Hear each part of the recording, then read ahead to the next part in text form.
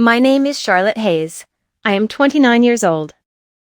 Inside was an itemized bill for $347,000. At the top, in capital letters, my mother had written, "Cost of raising a failure.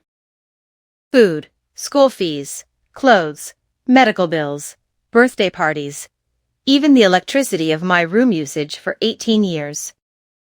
Each line had a price. Each price had a memory. And every memory had been turned into debt." She didn't send it privately. She sent it to the family WhatsApp group. My uncles, my cousins, my aunties, everyone saw it. Then she wrote, "If you can't be successful, at least repay what you wasted."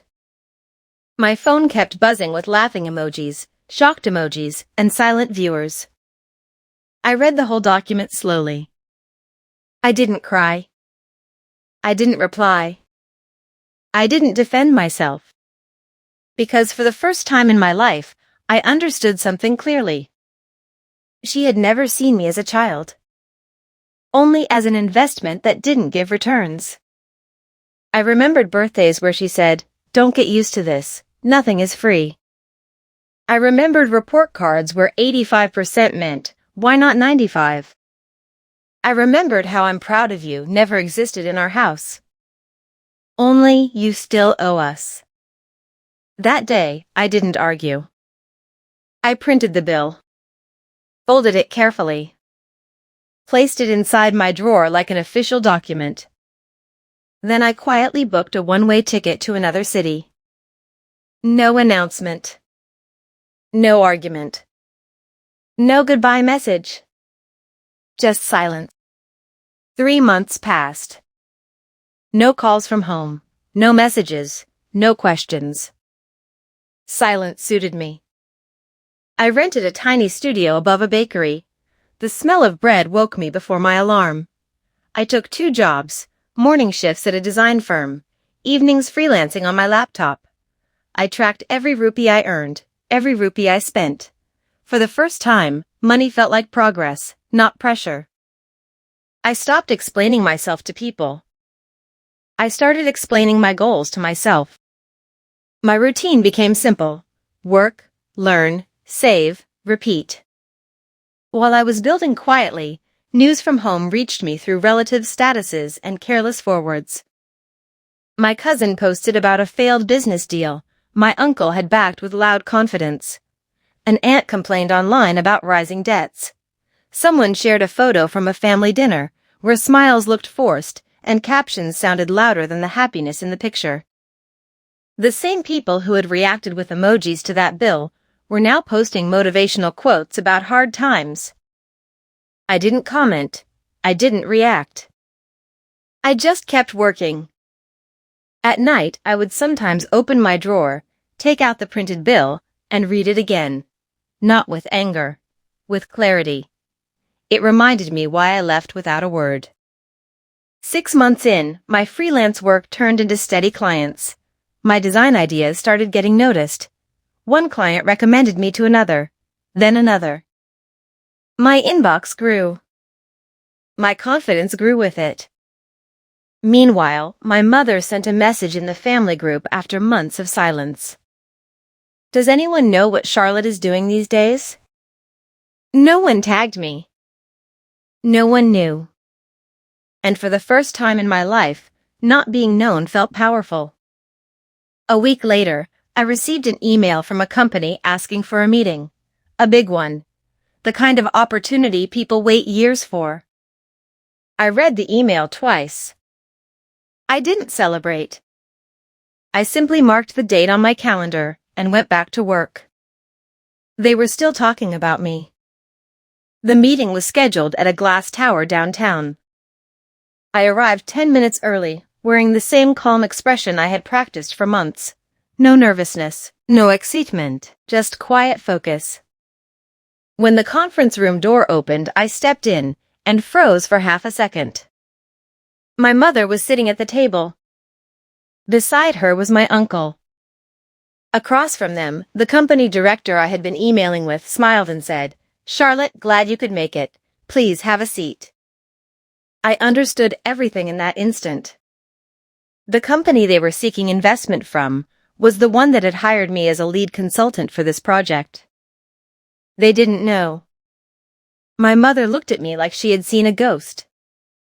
"Charlotte, you work here?" she asked, her voice smaller than I had ever heard it. I nodded politely and placed my laptop on the table. "I'm overseeing the design and feasibility for this partnership," I said calmly. No anger, no sarcasm, just facts. The presentation began. For 40 minutes, I spoke about numbers, strategy, projections. I didn't look at her once. I spoke to the director, to the charts, to the future. When I finished, the director turned to my mother and uncle. "Charlotte's assessment is final. If she approves, we move forward." Silence filled the room. The same woman who had sent me a bill for existing was now waiting for my approval to save her business. My uncle cleared his throat. "We didn't know you were involved." I closed my laptop gently. "That's okay," I replied. My mother's eyes were glossy. "Charlotte, about that message, the bill, I didn't mean." I raised my hand slightly, not to stop her harshly, just enough to pause the past. "This meeting is about business," I said. "Let's keep it there. No revenge, no humiliation. Just boundaries." I stood up, shook the director's hand, and said, "I'll send my decision by email."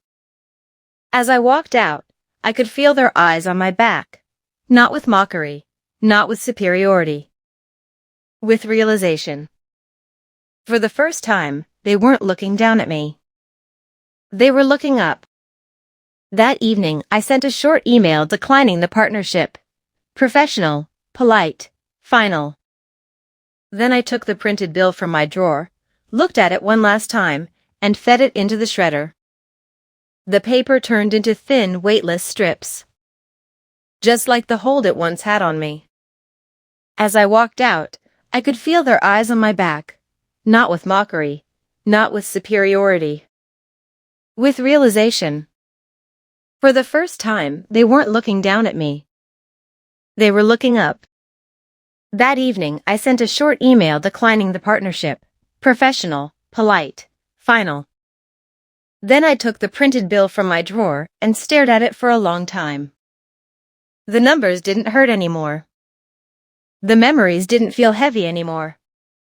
I fed the paper into the shredder and watched it turn into thin, weightless strips, just like the hold it once had on me. My phone buzzed. A message from my grandmother. "I heard you met your mother today." I stared at the screen before replying, "Yes." Her next message came after a pause.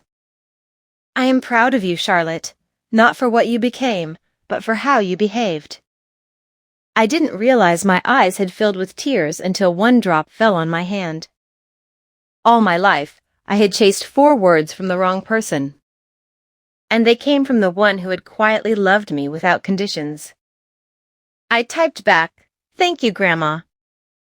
She replied, "A child is never a bill. A child is a blessing. Don't ever forget that." I placed the phone down and sat in silence. Not the painful silence I grew up with. A peaceful one.